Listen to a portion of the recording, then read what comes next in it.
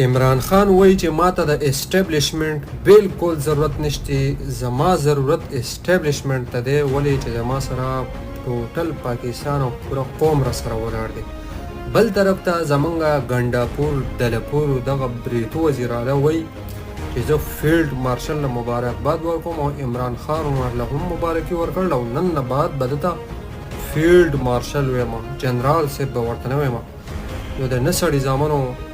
که عمران خان صحیح وایي که ته صحیح وایي، دوه پیرې چې کوم دی لاړې اسلام آباد کې دغه پښتانه دغه ریاست ته مخامخ کړه او دغه پښتانه هم د ریاست سره په جنګ باندې اغوستې دي. که ته په حقه یې که عمران خان صحیح وایي، هیڅ پته هم نه لګي دلاګانو عمران خانه دا دلاګان دی بار پرېښودي دي، لرې که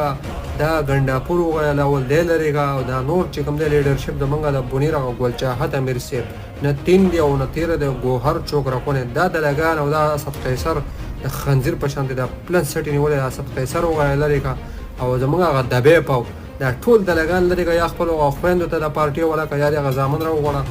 یا مراد سید راوباسه هغو ته د پارټي ولکه دا دلاګان لرې که دا ګډې وړې وایي. اوس فیلډ مارشل به ورته وایي فیلډ مارشل به ورته یم. نو په مور دی چې اچو نو ړمبې به دې اچولې او په ښځه دې اچو ړمبې به دې اچولې عوام او قوم دې ولې وجې دا پښتانه دې ولې وجل دا دې ولې بیل او ریاست ته دې مخامخ کول او بیا دې 15 ځلې راس کول او تحقیري ستا په ښځه یې در ټکوم د نه سړي زویه